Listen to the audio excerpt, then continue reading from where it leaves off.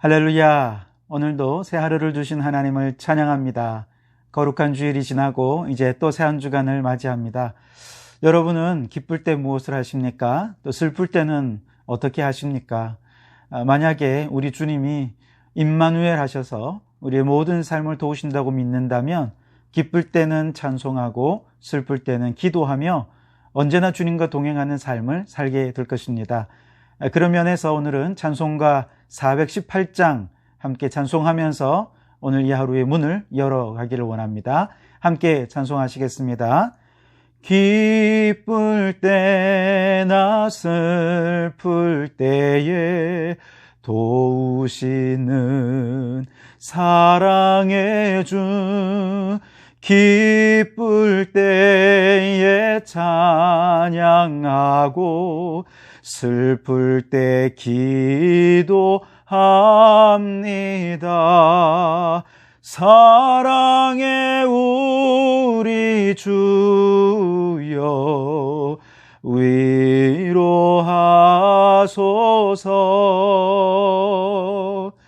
임마누엘 주여 새 힘 주소서. 아멘. 그 임마누엘 주님과 동행하며 주님의 새 힘을 얻어 승리하는 이 한 주간 되시기 바랍니다. 오늘 이 아침 우리에게 주시는 하나님 말씀은 사도행전 2장 22절에서 31절까지 말씀입니다. 제가 봉독해 드리겠습니다. 이스라엘 사람들아, 이 말을 들으라.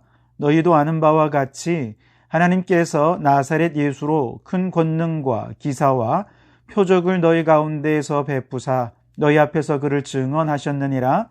그가 하나님께서 정하신 뜻과 미리 아신 대로 내준 바 되었거늘 너희가 법 없는 자들의 손을 빌려 못 박아 죽였으나 하나님께서 그를 사망의 고통에서 풀어 살리셨으니 이는 그가 사망에 매여 있을 수 없었음이라. 다윗이 그를 가리켜 이르되 내가 항상 내 앞에 계신 주를 배웠으며 나로 요동하지 않게 하기 위하여 그가 내 우편에 계시도다. 그러므로 내 마음이 기뻐하였고 내 혀도 즐거워하였으며 육체도 희망에 거하리니 이는 내 영혼을 음부에 버리지 아니하시며 주의 거룩한 자로 썩음을 당하지 않게 하실 것이미로다. 주께서 생명의 길을 내게 보이셨으니 주 앞에서 내게 기쁨이 충만하게 하시리로다 하였으므로 형제들아, 내가 조상 다윗에 대하여 담대히 말할 수 있노니 다윗이 죽어 장사되어 그 묘가 오늘까지 우리 중에 있도다. 그는 선지자라. 하나님이 이미 맹세하사 그 자손 중에서 한 사람을 그 위에 앉게 하리라 하심을 알고 미리 본고로 그리스도의 부활을 말하되 그가 음부에 버림이 되지 않고 그의 육신이 썩음을 당하지 아니하시리라 하더니 아멘. 베드로의 오순절 설교를 함께 나누고 있는데요. 이 설교는 내용상 세 부분으로 구분할 수 있습니다. 첫째가 14절에서 21절인데 여기서 베드로는 요엘서를 인용해서 우리는 술 취한 것이 아니라 성령에 취했고 이는 이미 요엘이 예언한 것이 우리 안에 성취된 것이다. 그렇게 선포하죠. 두 번째 부분이 이제 오늘 우리가 읽은 22절에서 31절까지의 내용인데요. 여기서 다윗은 시편 16편을 인용해서 예수님의 죽음과 부활의 복음을 선포하고 있습니다. 그리고 세 번째 부분은 32절에서 36절까지인데 역시 다윗의 시편 110편을 인용하면서 바로 그 예수님이 우리의 주와 그리스도가 되신다 하는 것을 증거하고 있습니다. 오늘 이제 두 번째 부분을 살피게 될 텐데요. 우선 먼저 베드로는 22절 말씀에서 예수님을 가리켜서 뭐라고 표현하고 있습니까? 나사렛 예수, 그렇게 표현하고 있습니다. 즉 이것은 예수님의 인성을 나타내는 부분이죠. 아직 예수님을 하나님 아들이라고 또 그리스도라고 아직 믿지 않는 사람들에게 무턱대고 예수님을 하나님의 아들이다, 예수님이 그리스도다 이렇게 먼저 갑작스럽게 소개하면 그들도 혼란스러워할 수 있기 때문에 먼저 나사렛 예수다 그렇게 이야기하면서 하나님께로부터 보냄을 받은 그저 한 사람, 인성을 지니신 분이다 그렇게 설명을 합니다. 그러나 여기서 끝나는 것이 아니고요. 22절을 계속 보면 바로 그 인성을 지니신 나사렛 예수님이 큰 권능과 기사와 표적을 베푸셨다, 그렇게 말하죠. 이것은 예수님의 신성을 이야기합니다. 큰 권능은 하나님이 일하시는 방식인데요. 예수님이 큰 권능을 행했다라고 하는 것은 예수님은 곧 하나님의 권능을 지니신 분이다 라고 하는 것을 이야기하는 겁니다. 그리고 기사라고 말할 때 이 말은 하나님께서 행하신 그 큰 권능을 보고 경탄하지 않을 수 없다는 의미죠. 다시 말해서 예수님의 신적 권능으로 행하신 일들을 보는 모든 사람들이 놀라고 감탄해서 하나님께 영광을 돌려드리지 않을 수 없다. 이것이 바로 기사입니다.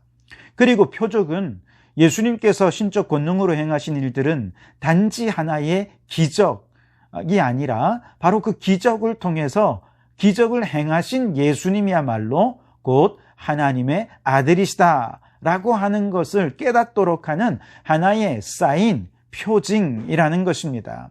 그래서 나사렛 예수는 단지 인간일 뿐 아니라 큰 권능과 기사와 표적을 베푸시며 신성을 지니신, 즉 인성과 신성을 동시에 지니신 하나님의 아들이시다라고 고백하고 있는 것입니다. 자, 그런데 이렇게 인성과 신성을 동시에 지니신 그 예수님을 사람들이 어떻게 합니까? 23절, 24절에 보면 너희가 법 없는 자들의 손을 빌려 못 박아 죽였으나 하나님께서 그를 사망의 고통에서 풀어 살리셨다, 그렇게 고백하고 있죠. 사실 지금 베드로의 이 설교를 듣고 있는 사람들은 전 세계에서 모여든 경건한 유대인들입니다. 예수님의 십자가와 부활 사건이 워낙 큰 이슈였기 때문에 이들도 이 내용은 알고는 있었을 것입니다. 그러나 그렇다고 이들이 적극적으로 예수님을 십자가에 못 박는데 가담했느냐? 그런 건 아니었습니다. 그럼에도 불구하고 베드로는 지금 이들 모두를 향해서 너희가 하나님의 아들을 십자가에 못 박아 죽였다, 그렇게 선포한 것이죠. 어쩌면 법정에서 선고하는 것처럼 그렇게 아주 큰 소리로 그들을 향해 외치고 있는 것이죠. 이것은 바로 이것을 듣는 많은 사람들의 양심과 죄의식을 자극하는 것입니다. 오늘 우리도 역시 마찬가지죠. 우리는 2000년 전 예수님을 십자가에 못 박는 자리에 있지도 않았습니다. 그러나 우리 자신을 법 없는 자들의 손을 빌려 하나님의 아들을 십자가에 못 박아 죽이는데 간접적으로 가담한 자다라고 우리 스스로가 깨닫고 고백할 수 있다면, 그리고 우리도 역시 죄의식을 가질 수 있다면 바로 이러한 양심의 찔림이 회개에 이르게 하는 첫 단계가 될 것입니다. 여러분, 우리는 누구입니까? 우리는 모두가 다 구원받은 죄인입니다. 우리가 죄인이었던 이유는 우리의 모든 영적 상태를 들여다볼 때 그 옛날 예수님을 십자가에 못 박으라고 고함쳤던 그 유대인들의 무리와 다를 것이 하나도 없기 때문에 그렇습니다. 그리고 지금도 우리는 하나님의 뜻이 무엇인지 분명히 알면서도 그 뜻을 거부하고 마귀의 유혹에 넘어가서 내가 내 삶의 주인이 되어 하나님을 우리의 삶의 주인의 자리에서 몰아내기 위해서 예수님을 십자가에 못 박는데 내어주고 있는 그야말로 죄인 중에 괴수가 바로 저와 여러분이라는 겁니다. 여러분, 베드로의 이 설교를 들으면서 우리도 양심의 찔림이 있기를 바랍니다. 하나님의 아들 예수 그리스도를 법 없는 자의 손을 빌려 못 박아 죽인 자가 바로 너다, 바로 나 자신이다 라고 고백할 수 있기를 바랍니다. 이와 같이 죄에 대한 통렬한 깨달음과 고백으로 회개할 때 비로소 죄 사함 받는 구원의 은혜가, 그 기쁨과 그 충만한 축복이 오늘 우리에게 임하게 되어질 줄 믿습니다. 자, 이렇게 우리는 법 없는 자의 손을 빌려 예수님을 십자가에 못 박는 데 앞장섰지만 이렇게 죽으신 예수님을 하나님은 어떻게 하셨습니까? 24절에 보면 사망의 고통에서 풀어 살리셨다 말씀하십니다. 부활하여 생명의 주인이 되게 하셨다는 것이죠. 이처럼 예수님이 우리의 부활의 주님이 되심에 대해서는 이미 다윗이 예언한 내용이다라고 다윗을 통하여 이 내용을 증명하고 있습니다. 27절 말씀에 보면 시편 16편 8절 이하에서 다윗의 고백을 인용하며 말합니다. 이는 내 영혼을 음부에 버리지 아니하시며 주의 거룩한 자로 썩음을 당하지 않게 하실 것임이로다. 여러분, 이 말씀은 이중적인 의미를 지니는데요. 우선 첫째는 이 내용이 곧 예수 그리스도의 부활을 예언한 것이라 하는 것입니다. 즉 온 인류의 구원자 되신 예수 그리스도는 결단코 음부에 버려지지 아니하고 썩음도 당하지 않으면서 죽음에서 반드시 부활하실 것이다 라고 하는 것을 다윗이 예수님을 대하여 예언하고 있는 것이죠.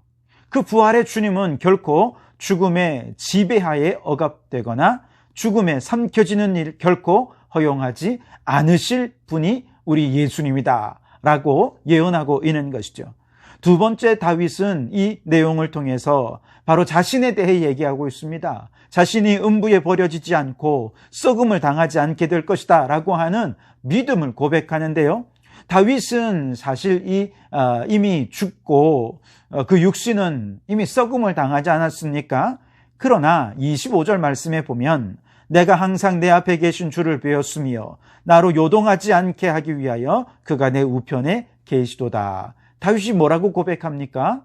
이미 그는 부활의 주 그리스도 예수님을 그의 눈앞에 보면서 주님과 동행하고 있다라고 고백하고 있는 것이죠. 따라서 부활하신 주님과 동행하고 있기에 그는 부활하신 주님이 죽을 때 자신도 함께 죽고 부활하신 주님이 부활할 때 그는 부활하신 주님과 함께 부활하면서 모든 죽음을 극복하고 주님과 함께 부활하여 영생을 얻게 되었다라고 하는 것을 믿음으로 먼저 고백하고 예언하고 있는 것입니다. 여러분, 지금 베드로의 설교를 듣고 있는 유대인들이 이 다윗의 시편을 몰랐겠습니까?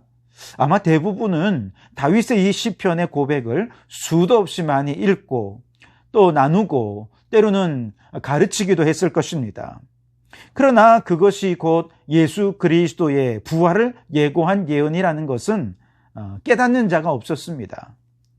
베드로가 이 말씀을 적용하여 선포할 때까지만 해도 이 말씀이 곧 그리스도 안에서 우리도 부활하여 영생을 얻게 될 것이다 라고 하는 부활신앙으로 이 말씀을 이해한 사람은 단 한 사람도 없었습니다.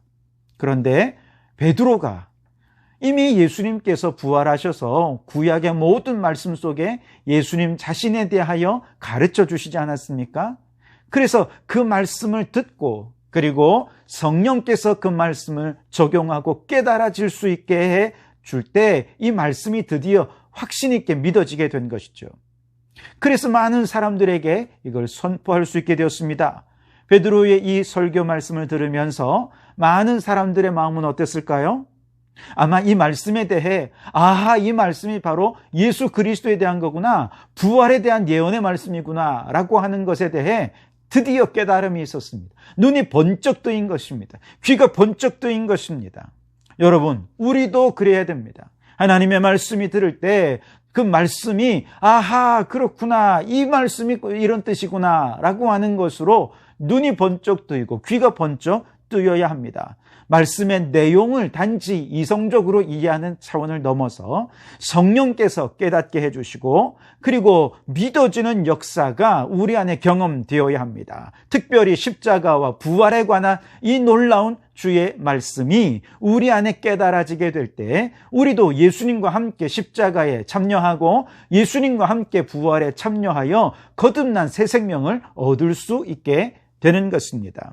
그래서 여러분, 오늘 우리가 말씀을 나누고 말씀을 읽고 말씀을 묵상할 때 이 말씀이 성령으로 말미암아 이해되고 깨달아지고 믿어져서 오늘 나에게 주시는 레마의 말씀이 될 수 있기를 바랍니다. 그럴 때 비로소 이 말씀이 내게 능력이 되고 우리의 모든 죄를 깨부수고 부활의 능력으로 거듭난 새 생명을 얻을 수 있게 해 줄 믿습니다. 여러분, 우리 모든 성도들에게 이와 같이 성령의 깨닫게 해 주시는 은혜가 함께 하시기를 주님의 이름으로 축복합니다. 그래서 말씀을 읽을 때에 눈이 번쩍 뜨이고 말씀을 들을 때 그렇구나, 내가 바로 예수님을 십자가에 못 박은 죄인이구나, 이것이 깨달아져서 통렬한 회개가 있기를 바랍니다. 그리고 예수님과 함께 부활하는 거듭난 새 생명을 얻게 되는 그런 놀라운 기쁨과 축복을 함께 누리실 수 있는 우리 모든 성도들이 되시기를 주님의 이름으로 축원합니다.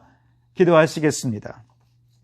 하나님 아버지, 어제는 거룩한 주일을 은혜 가운데 보내게 하시고 이제 말씀으로 새 한 주간을 열어가게 하시니 감사합니다. 오늘 우리에게 주신 이 말씀처럼 말씀의 눈이 번쩍 뜨여지게 해 주옵소서. 성령님, 깨달아지는 역사를 허락하여 주옵소서. 내가 바로 예수님을 십자가에 못 박은 죄인임을 고백하며 양심의 큰 찔림을 얻어 철저히 회개하는 역사가 있게 해 주시옵소서.